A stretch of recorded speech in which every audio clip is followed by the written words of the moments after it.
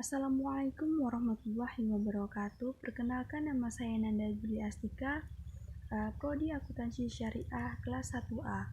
Baiklah, saya akan menjelaskan mata kuliah Pancasila materi hak dan kewajiban warga negara. Subpokok bahasan ada 3, yaitu pengertian warga negara, kedua pengertian hak dan kewajiban warga negara, dan yang ketiga hak dan kewajiban warga negara dalam Undang-Undang Dasar 1945.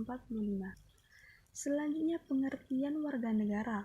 Menurut pasal 26 ayat 1 Undang-Undang Dasar 1945, warga negara adalah orang-orang bangsa Indonesia dan orang-orang bangsa lain yang disahkan oleh undang-undang sebagai warga negara.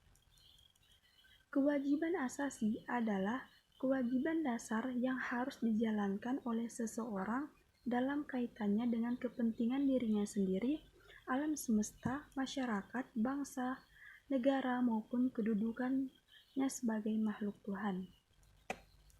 Selanjutnya, hak dan kewajiban warga negara menurut Undang-Undang Dasar 1945.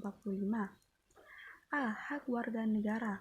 Pengaturan hak warga negara diatur dalam Undang-Undang Dasar 1945 pasal 26A sampai dengan 28J. 1. Hak asasi pribadi. Kebebasan berpendapat, kebebasan beragama, dan kebebasan bergerak. 2. Hak asasi ekonomi. Hak memilih, hak manfaat, dan hak membeli. Ketiga, hak asasi sosial dan budaya. Pendapatan pendidikan, pengembangan kebudayaan. Kelima, hak asasi prosedural. Mendapatkan keadilan, peradilan, dan perlindungan. 5. Hak asasi politik. Memilih, dipilih, dan berorganisasi. Dan yang keenam, hak asasi dalam perlakuan yang sama. Hukum dan pemerintahan. Selanjutnya, kewajiban warga negara.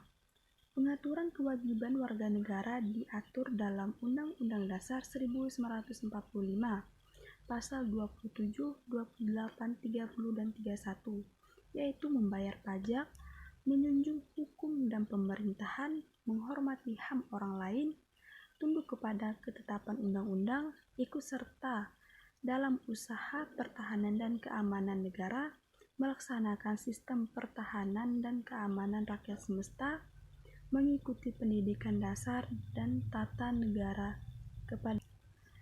Selanjutnya, pembicaraan mengenai hubungan negara dan warga negara.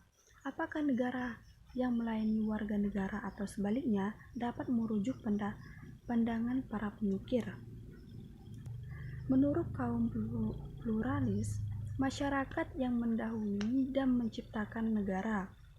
Dan menurut kaum marxis, dominasi kekuasaan ada pada negara.